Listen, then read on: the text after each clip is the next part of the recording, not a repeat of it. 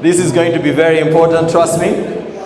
And thanks to Dismas, the man who gave me the platform and invited me here. I hope by the time we're doing this in a couple months, everybody's back here and we'll do another session of this.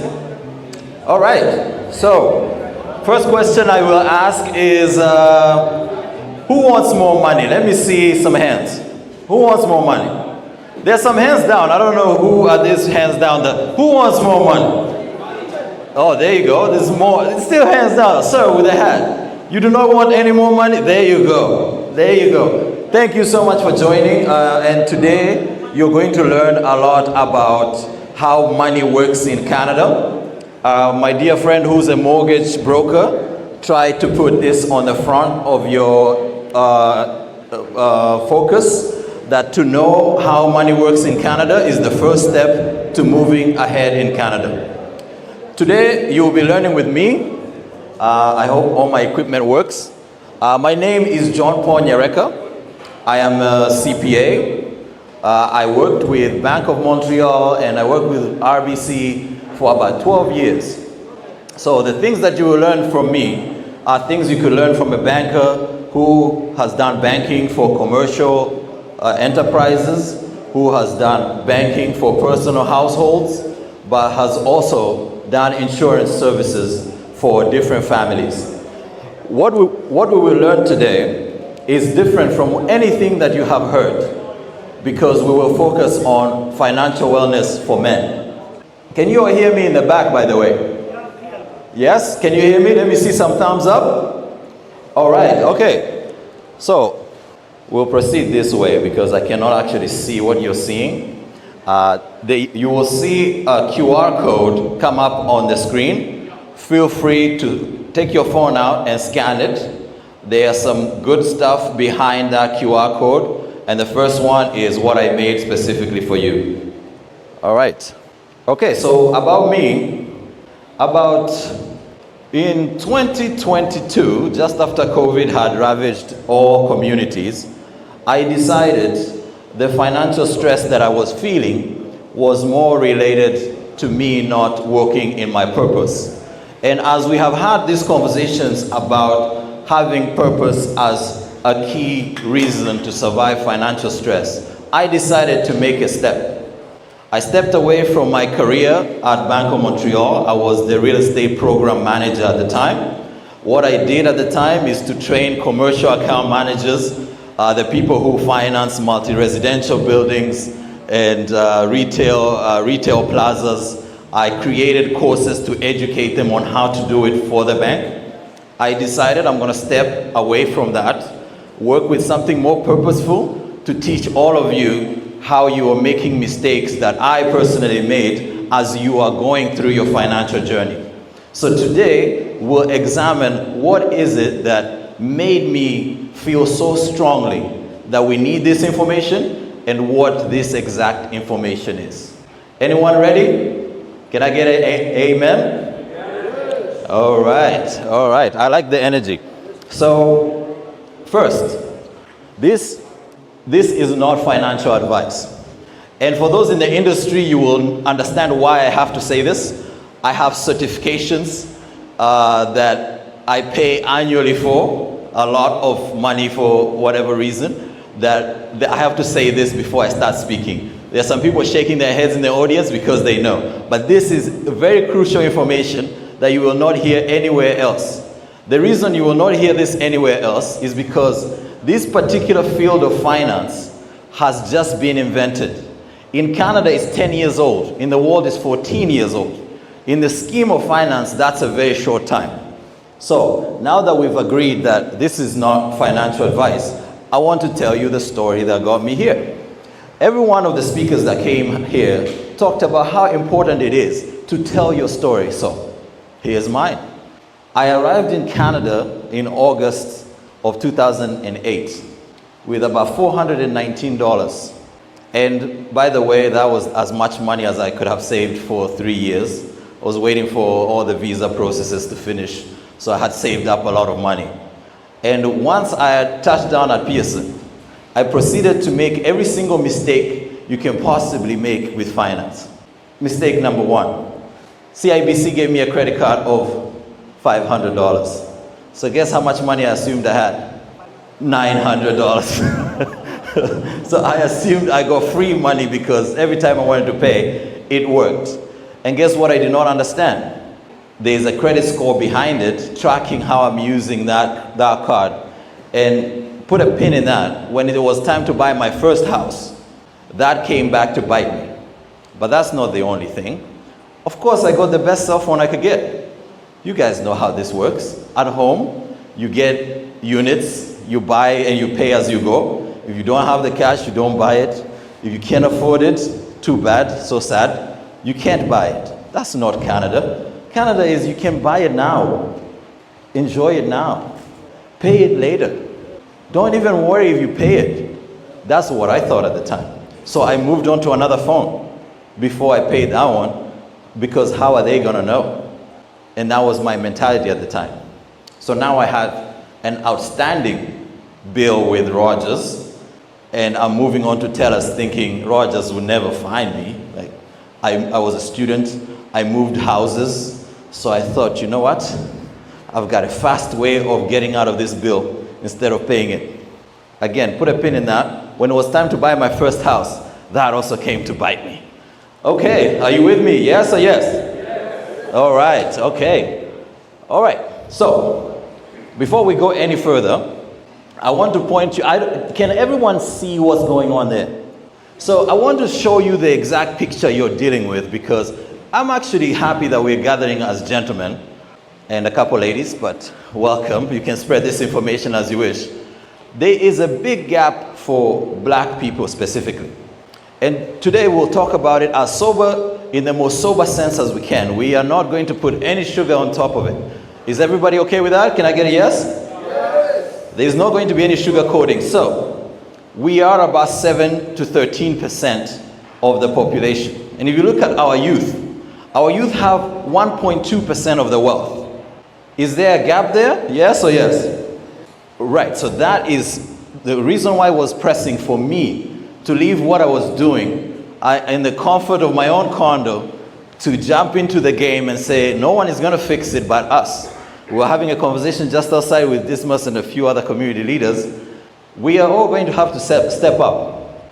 Step up for the next generation, but mostly step up for yourself.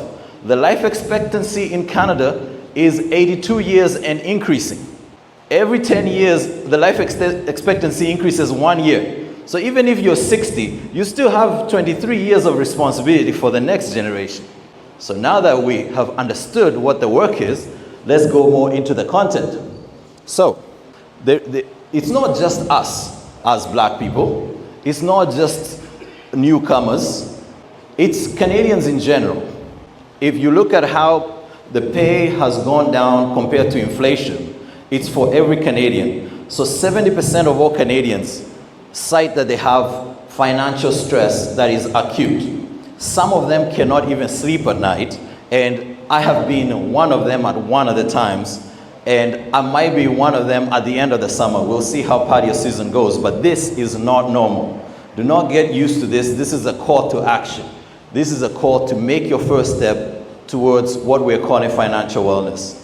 And if you don't understand what financial wellness is, do not worry, because I'm here to explain exactly what it is and why it is the reason why we should be all working towards it.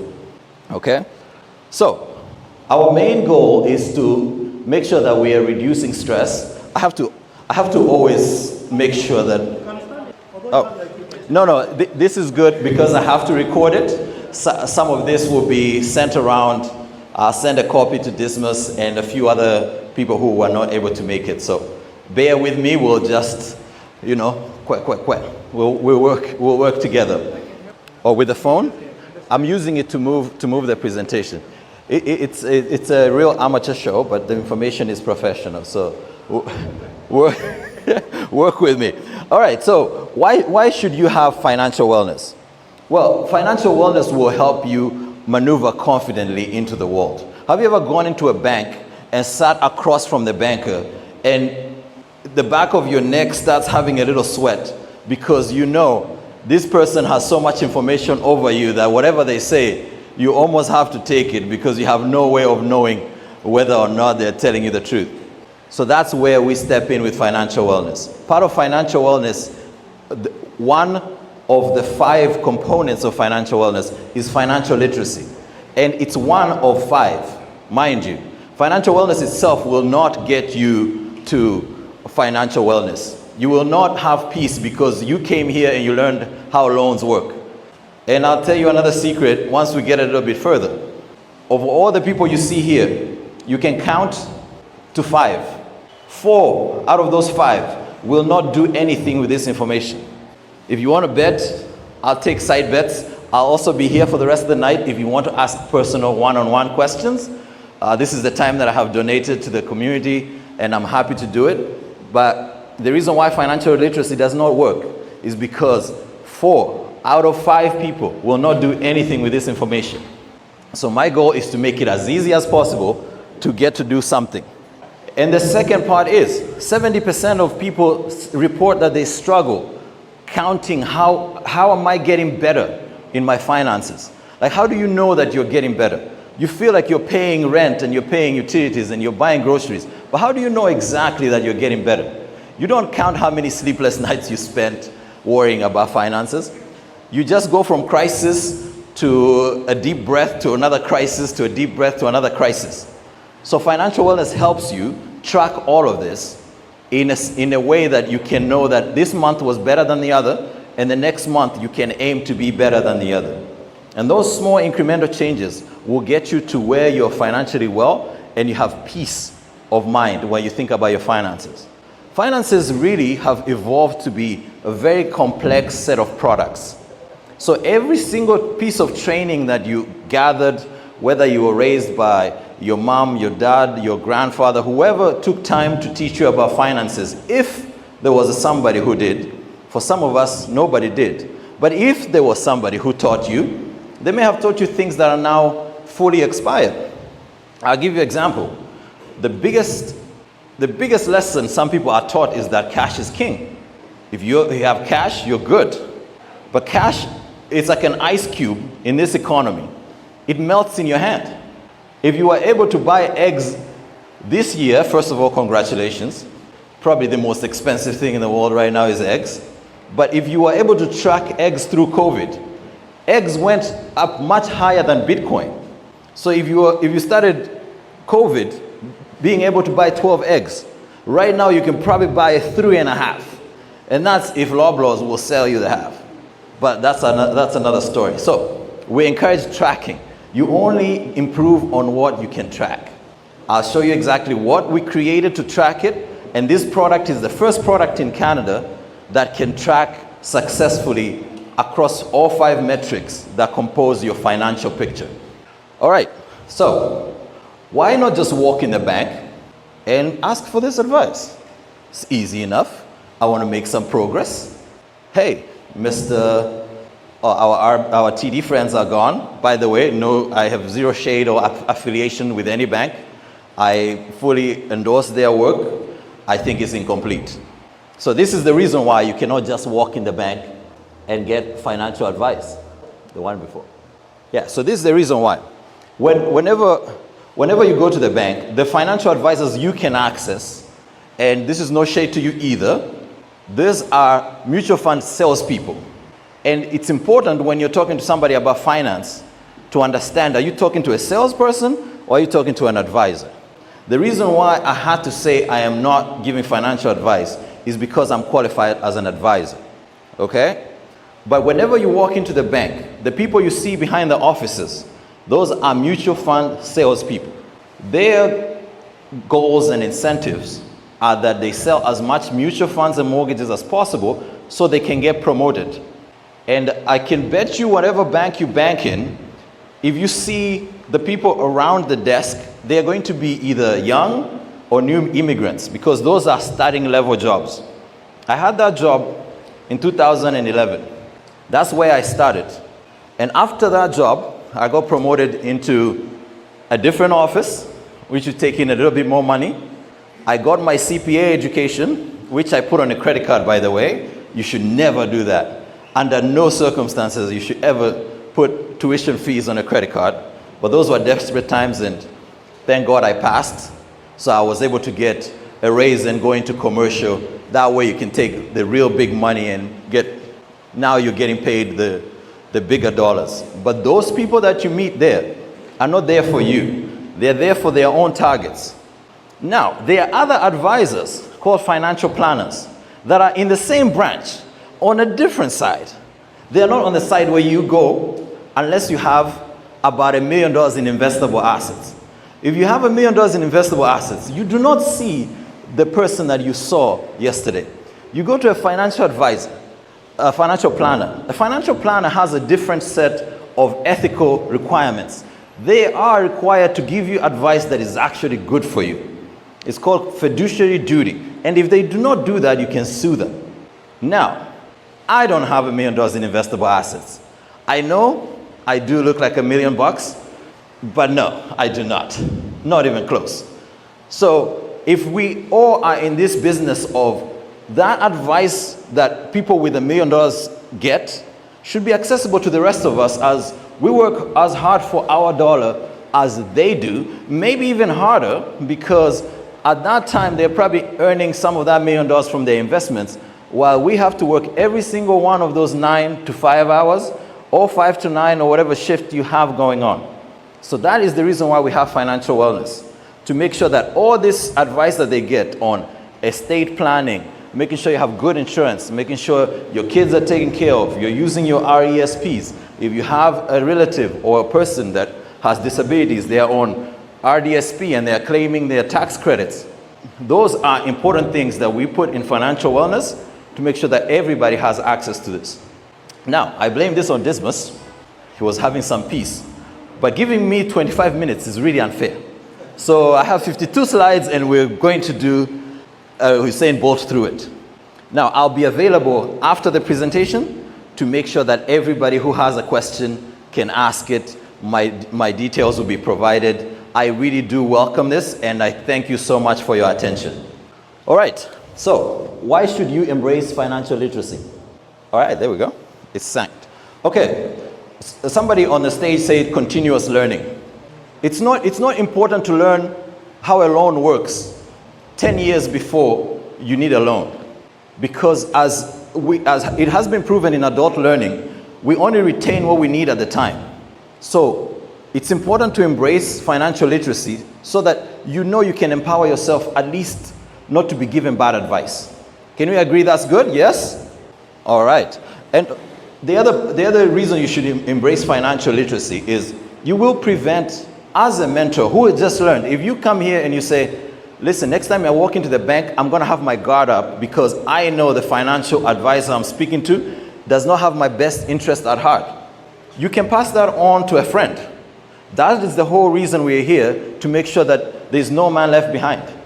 If you do just one thing, you can take whatever nugget of information you get from me and pass it on to a friend.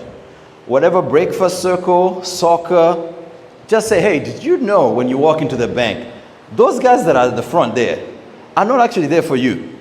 Have you considered the consequences that might bring to how you have your finances set up? And I'm just going to deviate from the presentation a bit. You know what the effect of paying that $16.95 for your account could be? That could be $100,000 in life insurance. $16.95. So when you're thinking that the decisions they make you make are inconsequential, I would like to disagree. If you think they're giving you a good account because it has these products, some of them are expired. Accounts that are based on activity is a thing of the past. Your information is the business that Facebook is in, is the business that Instagram is in. The fact that you're giving them your information and money is just an indicator that the product is expired. So you go in, you get an expired product, you're already off course from your financial wellness. So now that you're informed with this, go home and review how much are you paying monthly for your account. Simple. Just take one thing if you take one thing. But I have more. All right, so what should you measure? Okay. What I promised as number 2 for financial wellness is that you'll be able to measure what's really, really important to understand how money works in Canada.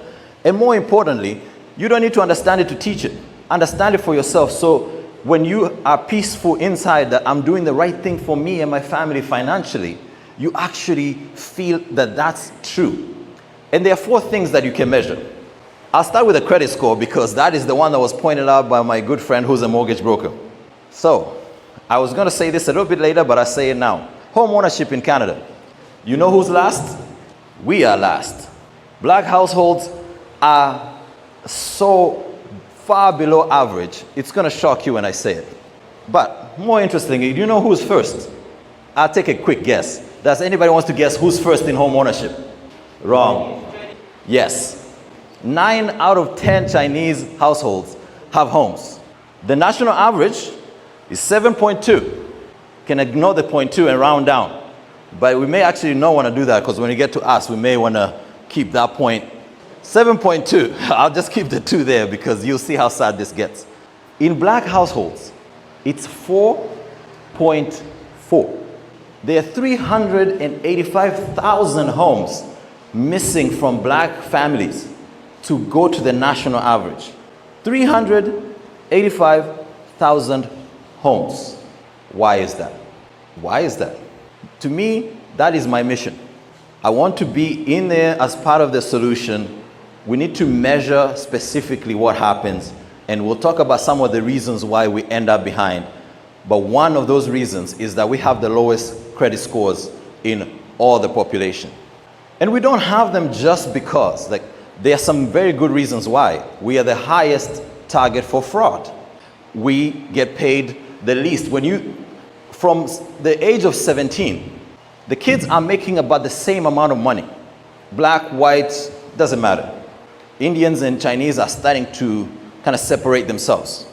But when you go through 21, 22, 23, you start to see different separations. Our women start to do better.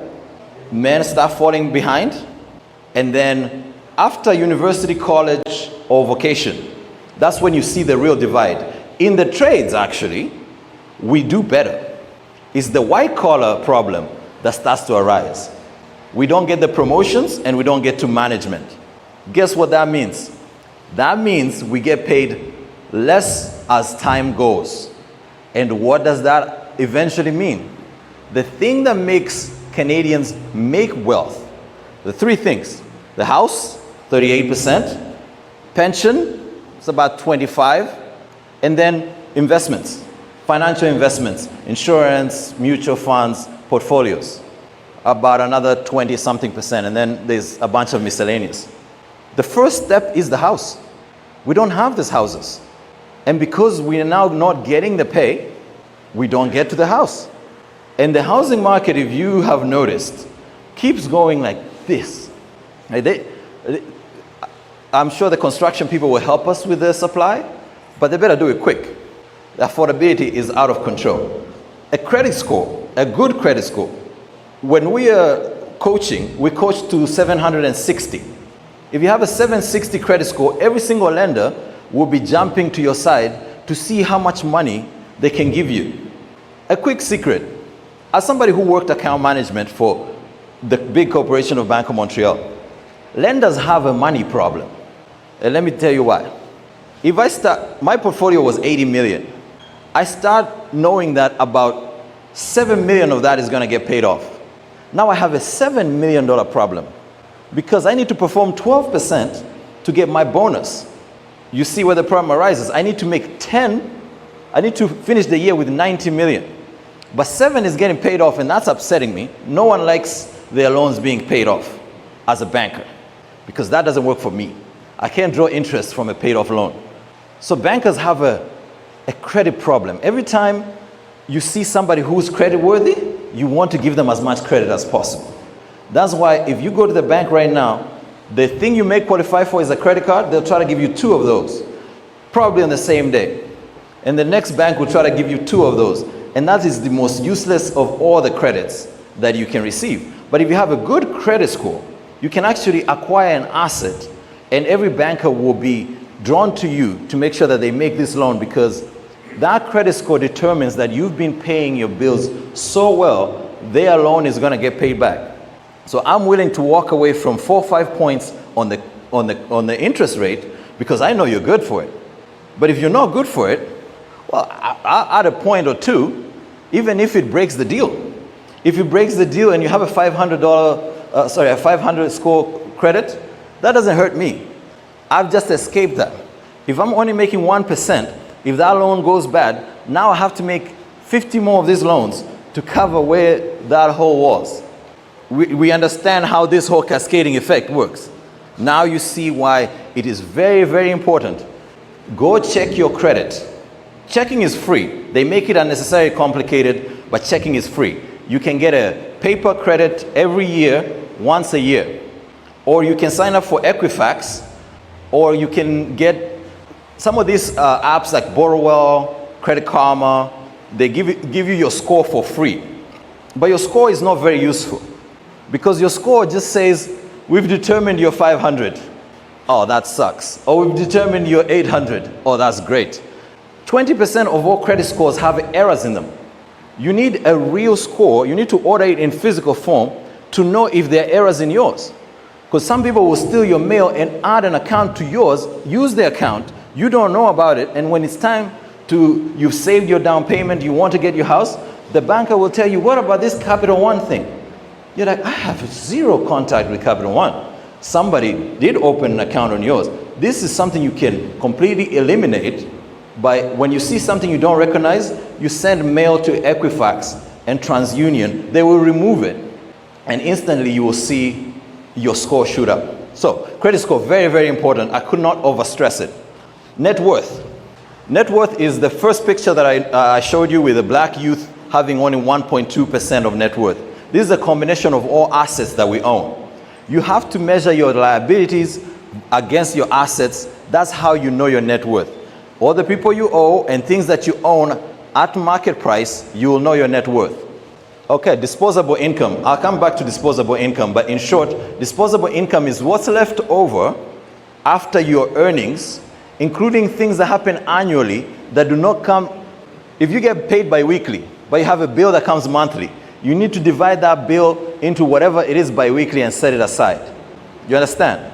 That way, you don't get to live a good lifestyle in the middle of the month, and then at the end of the month, we're doing that dance. You can maintain a really good, even lifestyle by making sure you calculate your disposable income correctly. Now, to the thing I'm most proud about. So I just got into a TD program to develop this further. It's called the Financial Wellness Score. It's the first of its kind in Canada, and I rolled it out October 27 last year, just in time for Financial Literacy Month. It only takes 12 minutes to get a score that is similar to a credit score, but you can do it every time you change a habit, every time you change the way you operate. You can go and do it and know how you're doing. So I'll give you an example of two people. These are real profiles. These are not for show business. And I'll show you how it works. All right, can everybody see that? So one person has, I'm just going to go down for a second. One person has 205 and the other one has 517. This measures across 5 different things. So this is not just how you pay your bills. The one in red is experiencing a lot of financial stress because of all the 5 things they are not doing correctly. So they're not managing their cash flow well. They have 1 out of 10. They're not investing and saving. They don't have insurance. They don't have marketplace confidence. So whenever they walk to the bank, they're in the corner saying, please don't hurt me. As opposed to, you work for me, you do what I say. Which is how you're supposed to be in the bank. In the bank, those people work for you. You're supposed to be the one ordering from the menu, not trying to run away from the menu like, what can you give me today? So when you get a chance, please scan the QR code. The QR code will keep coming up, and do your financial literacy wellness score. This is out of 900, and be very frank because it's only shared by you. This is not, it's airtight, it's not shared anywhere else. But it will help you understand where it is that you have gaps in your financial picture. For most people looking for a first step, you're overwhelmed. You're like, I don't know where to start. Everything is left, right, and center. Do the financial wellness score. Find the place that you have the least amount of points, take one thing from there, and fix it. And whenever you get the email after you do it, You have 30 minutes with me that is completely free to talk about your score personally. Yours and yours only, not aggregate. You can ask about aggregate, but mostly that is the subsidy I give to make sure that you take one step. I don't want you to solve the whole world. Take one step, okay? All right, so that right there is my invention, and we're super, super proud of it. Now, understanding financial wellness. Now that you've seen the calculator, this is what it actually calculates. Okay, so first, cash flow. Cash flow management will be the thing that keeps you up at night. Nobody stays up at night because they do not have life insurance, unless you know death is coming tomorrow. It's coming for all of us one day, but it's definitely not sure tomorrow. Maybe another day, but not tomorrow. No one ever thinks like that. So the thing that will keep you up is cash flow. If your 1 + 1 is not equaling 2 at the end of the month, you will have a sleepless night, I can guarantee that. If you are having sleepless nights and you do the financial wellness score, it will lead you right back to cash flow. There is nothing that bothers people as much as not balancing at the end of the month. So, do the financial wellness score, and if cash flow management is your big issue, that is also the quickest one to fix. Can I get an amen? That's the quickest one to fix. The most painful one is the quickest one to fix. So do not wait. Do not have another sleepless night. Saving and investments. Saving and investment, it's a combination of lifestyle choices and actual market choices. How to build net worth. This is assets. You need to be aspiring to get assets. You are not going to work your way into a comfortable retirement. I'll say that again. You will not work your way into a comfortable retirement. You're going to need assets that generate cash, whether it's your pension, to supplement CPP, old age, and the other assignments, but you will not be able to work your way into a comfortable retirement. Mitigating risk. We all want that house. We all want to leave something for our kids. But sometimes the money that I mentioned for your account, the $16.95, if you get life insurance for that, or you get critical illness insurance for that, you have an ability to leave that to your kids even before you buy the house. We always look towards that house as the main goal to get. There are many goals in between that will make you feel proud about your financial progress. So if you are unable to sit down with a financial planner to tell you, even a little bit of life insurance will give you that pride of step. You will be walking a little bit different. You get that fee off of your account. You get a little bit of protection, and now you're mitigating your risk. That if you happen to be out of the picture, your family does not take a step back. Lastly, financial literacy. Financial literacy is just a commitment. Similar to how everybody here was encouraging people to have education and make sure you're educated. I have been probably in school, I don't even remember when. I don't know when I started, and I know for sure when I'm stopping. It was when somebody's collecting my life insurance. That's when my last class would have been taken. You have to commit to getting a little bit better with financial education every day. Don't try to get an MBA. I have worked in the bank. Some of the bank people are some of the worst people with money. Some of the bank people are terrible with money because they have the disease of bi-weekly money comes in. Every time money is coming in bi-weekly and you have your comfort zone set, you will make mistakes that you can only catch if you use the financial wellness score or somebody intervenes. So commit to financial literacy and you continue getting confidence. All right, so thank you. All right, so I got a nice little principle. I stole it from Wilfredo Pareto. Everybody kind of knows this. It's an 80-20 principle. If you've ever had a to-do list, things that you want to do, and it's as long as a verse in the Bible, a verse or a chapter? Probably a chapter. It's just, or a book. You know you have to prioritize. Similar to how I am confident that only one person out of 5 is going to do anything with this information, I'm using that principle to determine that number. That 80-20 principle says you will get 80% of your results from only the 20% of things that you do. So you've got to watch what you do. And let's take it an example of your job. I was employed. I used to work less hours, believe it or not. Once you start working for yourself, there's no boss to tell you to go on vacation. Everything is an emergency, everything is immediate. However, when I was employed, there will be times where we're creating the course for real estate transactions. And we are putting in work on our course. Delivering it can be delivered over 3-4 years. To this day, they're still delivering the same course. So of that 20%, we got 80% of the results. It's not that I do not come in every day to answer emails. We all answer emails. We all have things we do in our job that it's completely pushing paper. So I want you to embrace this approach to life, okay?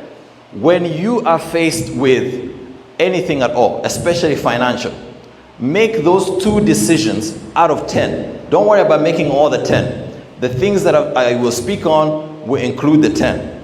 But make sure you make those 2 decisions. Are you with me? Can I get a yes? Yes. All right. So that's the Pareto Principle, and it applies on everything. Now, how do you know how to use the Pareto Principle? If you commit to doing things however you've been doing it, God has sent you with a specific skill. That's your Pareto advantage. That's the 20% you do better than 80% of the whole population. Similar to musicians. These guys can sing and play music better than you. It's not unfair. That's their gift. You have a gift. If you focus more effort on your gift, even though I know you all have day-to-day commitments, you have a chance to go exponential with your income. I'll give you an example of myself. I'm quite adept at math. I can do math with the best of them. I did not get my CPA because I was bad at math. But my communication is what I do better than 80% of accountants. I don't think I would be an 80 percentile accountant. And I don't need to be to make good money. However, the best money I've been able to make in my life is on this mission. And it has been hard. It has taken years. The first year hardly made any money. But this year has been a godsend. And trust me, 90% of businesses fail before 5 years. So we still have 3 years to see. But I have been paid $2,000 per hour, which I would never be paid as an accountant. There is no computation that you could arrive at me being paid that. I would need to be a partner. And what's the record of black partners at MNP or at EY or at KPMG? It's almost negative in Canada. I would have to go to the US to make that kind of money.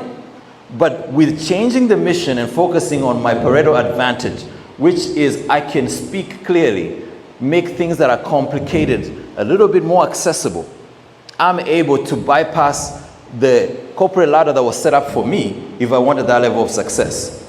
Can I get an amen? Thank you.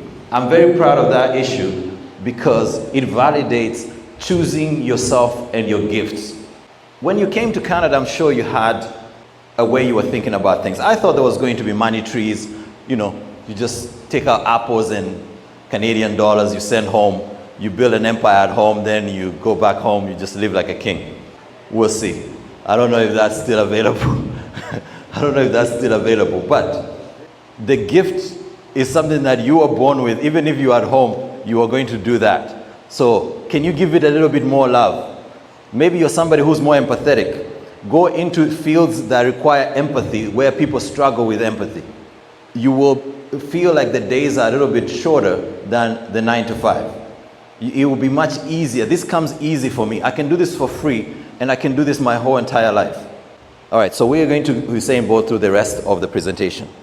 All right, so you have to start taking your leadership opportunities. As men, our leadership positions are changing. It used to be a top-down approach, and in some places it still is, but I can 100% guarantee you, in Canada, a top-down approach to the household leadership is no longer available. So, learn how to lead at home with influence, good ideas, and proactive approach. When it comes to finances, proactive approach will give you the leadership go-ahead to say, hey, listen, I have learned this. That also goes with financial literacy. You educate yourself, you educate the house, you still make the decisions based on better information. Not top-down, but it's on you to make those decisions. Okay, find value add opportunities. Okay, if you have a family that's able to cook for some people, invite them in or sell the food. It doesn't have to always be financial because the network is also your finance. If you have great friends, a good network, that's also a money decision. So stay together. Loneliness is the most zero profit approach to anything you can do. Loneliness is literally net negative return on investment. So stay away from loneliness and connect. How do you increase income? All right, so you increase income by, obviously we know this, you start a side hustle. Most of us have extra time at the end of the day, and if you do not, you have extra jobs. At least think about something you can take your hands off and have it run. Okay? The thing that will save you and give you a retirement is having assets that generate money. Most people think real estate, most people think stocks. It could be your brand, but it should be something that solves somebody's problem. One way to know where to create an asset is where there is a problem. I saw 52% of Canadians have financial stress. I was like, this is my opportunity. I'm going to solve this problem. There's a lot of money in solving that problem. I've just scratched the surface on how much money we can take, but we're going to take a lot of money because I am bringing a lot of help to a lot of people. So find a problem, solve it, and there you will have your opportunity. I feel like I'm getting glances of wrap up. Is that, okay, I can keep going? Okay. Yes, so think outside your regular income, and then the big one that I want to discuss, ask for a raise. We already covered that as a community, we do not ask for raises. We have this disease of, I am so happy to be here. Thank you so much for giving me an opportunity. You know what, I love this company so much. Do you? And it's okay to love the company. But let me tell you something, a dirty little secret. I had 8 jobs in about 10 years. A new hire gets paid 7% more every time. Every 18 months that you're not a new hire, you lose 7%. Okay, I'll say that in a different way. You want to be a new hire because you get 70% more. And every 18 months you're not a new hire, you lose 7%. Sorry, say that again? Okay, so there's John, there's Paul. We do the same job. I've been loyal to this company. I know the inside and out. John gets hired. He's going to get paid 7% more. If I switched to another company doing the same thing, I'll get to be paid the same as the guy who just came in. Yes. No, it's not just keep moving around. You have to be new and exciting, or you have to ask for the raise. The reason why you miss out on that 7% is because you don't ask for the raise. If they go through a hiring process, they hire HR. One of the companies that I partner with is an HR company. They pay us 15% of the get. That's expensive. If they find a candidate they love, that 7% is not a deal breaker. So you just write your number for the new person, and the new person gets a new number. But you've been in the company. You're happy to be there. You're excited. You know, you love this company so much. You are the one getting paid less. Now, try to compound this on the people that you see have worked in the same company for 30, 35 years, not asking for raises. How much money have they left on the table? Don't be that. Do not be that. You can be happy to be there, and you can ask for a raise. The minute they react to the raise, you will know how much happy to be there they actually want you. So don't tiptoe around it.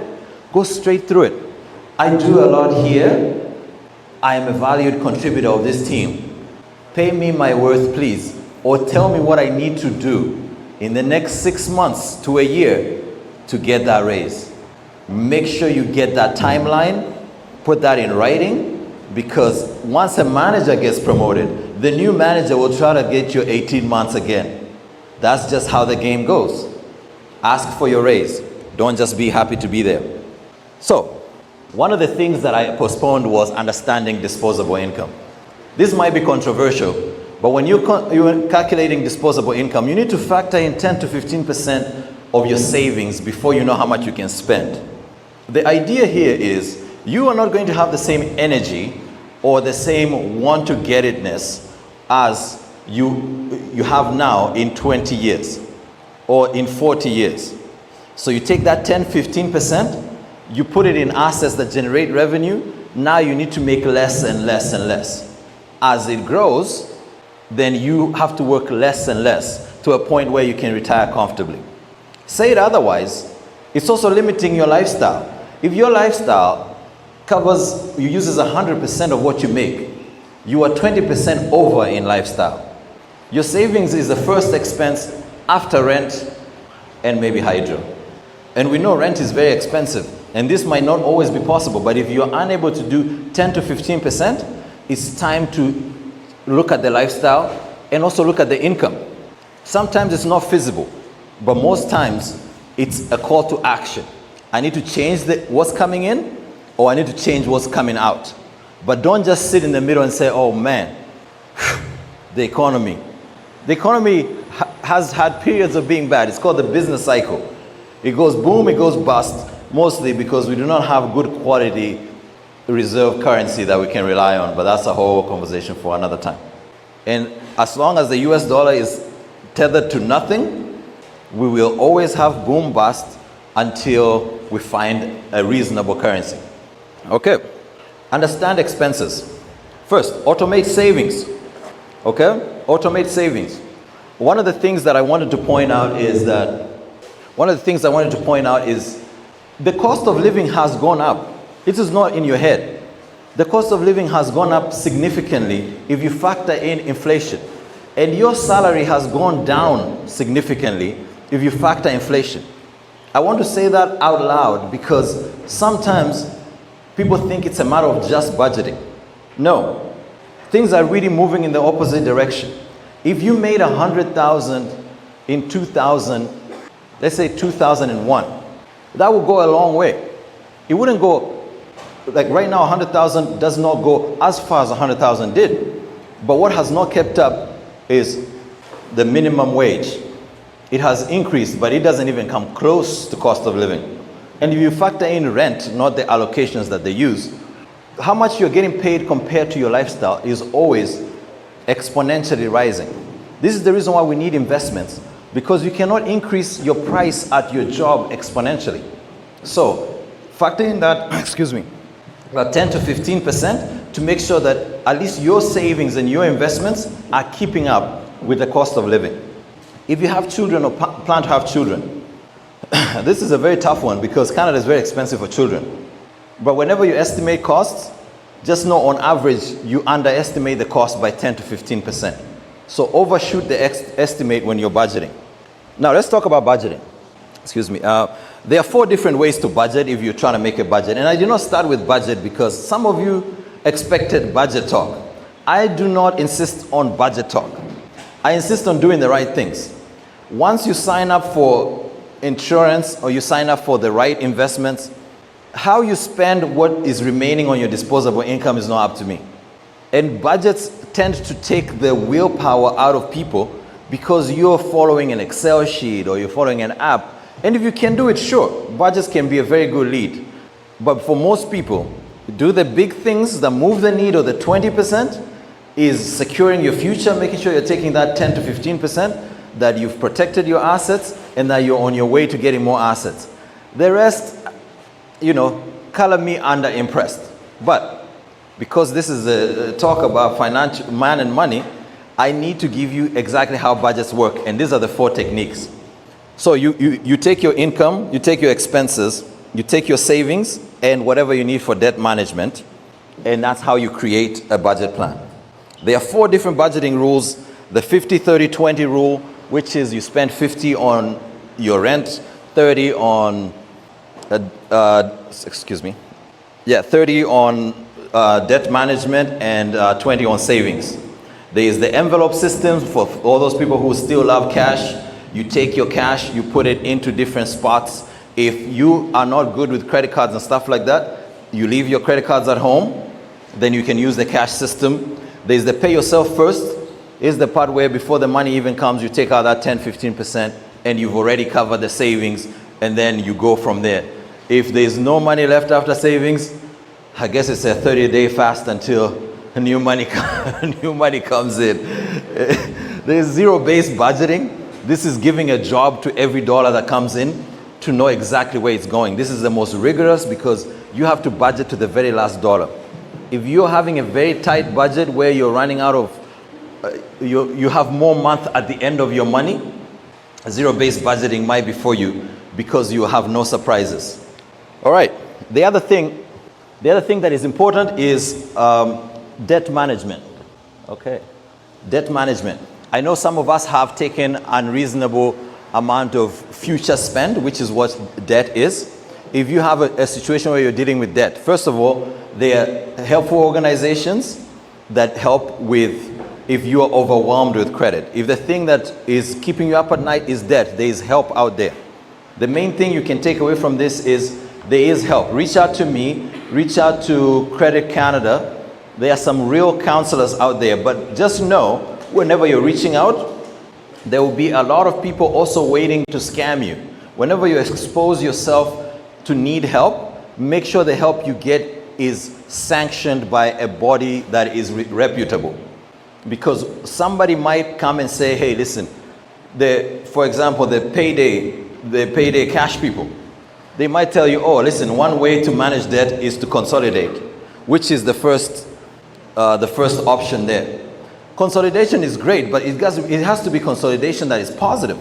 You have to get a better rate and something that works towards paying that debt off. It also has to be accompanied by why did the debt come? Is it a lifestyle problem? And then you adjust the lifestyle problem with making sure you're taking that 10 to 15% into savings. So be very, very careful when you're seeking help that you're not seeking it from an unsanctioned body. Balance transfers. Now this is where you move to a lower interest position by transferring a loan to a loan. This is pretty much refinancing the debt. Debt snowball. This is where you pay the smallest debts first. Debt avalanche, I think, is the opposite, where you pay the most expensive ones first. If you want more details on those strategies, please feel free to reach out to me. I run a full course. Actually, it's launching in June. And one of the things that you'll see when you scan the QR code is that you can take this course, you can get on the priority list, and I will email you once the course comes out. But I do personal coaching. It might be pricey for some of you, but it's appropriate for probably 20% of you. So feel free to reach out. I take on people one-on-one. All right, so how do people make wealth in Canada? 3 things: real estate, jobs, and investments. We'll tackle each one by one. 38% of Canadian wealth is in real estate. And this is the part where I mentioned we have 385,000 homes missing from our real estate investment portfolio as a people. So you need to be very diligent if you're trying to be a homeowner. It's going to be something that doesn't happen by accident. We don't seem to be doing it at a national average, but it's very doable. There's a lot of help, and the things that you need to prepare for are credit score, down payment, and income. So you're asking for a raise, you're removing all the errors and things that are on your credit score, and then you're saving that 10-15% for your down payment. You're already on your way. It's really that simple. If you take something from this, you'll know that it's really that simple. You don't have to commit to an MBA program to learn how to do advanced math and buy options and trade. No. 3 things. You clean up your credit score, you start saving for your down payment, and then you go ask for that raise, get your income up. All right, so why is a credit score important? The lenders will flock to you. Let me just make sure. The lenders will flock to you. Some jobs will require you to have a good credit score. Some landlords will require for you to have a good credit score. Some romantic suitors will also require you to have a good credit score. I think this is a new one, but it's coming, gentlemen. So very soon, it will be on Tinder. So get a good credit score. Some insurance rates will also depend on your credit score. So it's really, really important. It's calculated between 300 and 850. If you've never borrowed in your life, you start around 590, 600. You don't start at 300. But you can easily get to 300 by messing up the first thing you have, because it's calculated based on 5 things. And we'll just look at that right now. It's calculated based on payment history. 35% of your credit score is based on payment history. And if you mess up your payment history, let me tell you how easy it is to mess up your payment history. Have you ever missed a Rogers bill? Okay, I guess it's only me. Okay. Okay, time. Okay, so if you miss a Rogers bill, they report it as overdue. It's called a minor in bank speak. If you miss a credit card payment for over 90 days, that's a major. Whenever you're going to buy a house or to acquire an asset, that's going to come back and haunt you. The length of credit. Your first credit card, if somebody says, I'm going to refinance everything you have to give you a lower rate, and they say they will close your first credit card, you have to deny that. They can reduce it to 100, but if they close it, it shrinks the distance you have been a borrower, which is a net advantage. New credit, if you keep borrowing and borrowing and borrowing, you have new accounts every day, that's going to go against you. Inquiries, that's not on there, that's 10%. If you keep asking everyone for credit, they'll call you what is called a credit seeker. That reduces your advantage in the market because clearly you have zero commitment to just getting credit where you need it. Now, the utilization is what I reserve for last. This is how much you're using on your credit card. This is the funny part why I had to create the wellness score. This is gameable. So, I've got a $10,000 credit card. I use $3,000, that's ideal. If I use $9,000, that's not good. But if I get to $3,000 and I apply for another $10,000 credit card and I use another $3,000, now my credit goes up. I have twice as much debt, equally stupid, but my credit score goes up because my utilization stays around that 30% mark. You get what I'm saying? So the more you have money available that you're not using, the better. Sometimes the bank calls you, hey, you've been such a good man, we're going to add $5,000 to your credit, to your credit limit. It's good for the bank because it's been proven that if you give people credit, they will use it. But if you don't use it, your credit will go up. All right, so I'm going to wrap up. There's some things that you can do to improve your credit. This includes paying your bills on time, checking your credit reports and removing errors, keeping your credit utilization low, do not close the oldest credit card you have, and how to not miss a credit card payment. And this goes for your internet payment or your phone payment. Automate it. Do not spend time making all these decisions. Have a card that takes a minimum payment from your account, and then have overdraft on that account that covers your disposable income, just in case your pay is late. And this has actually happened. This is the worst nightmare for an account manager. Getting that call at 7:15 a.m. and a business is telling you, we're not going to make payroll. That is the worst day of everyone. Because you have to cut checks, there are mortgages that are timed to those cycles. So get overdraft that covers your disposable income and hopefully never use it. But in one of those cases where the paycheck is late, you will thank me at that very moment. You're like, that guy with that nice suit and that nice presentation really gave us something. So I'll stop here. I'll be available throughout the night. Thank you so much and happy wellness.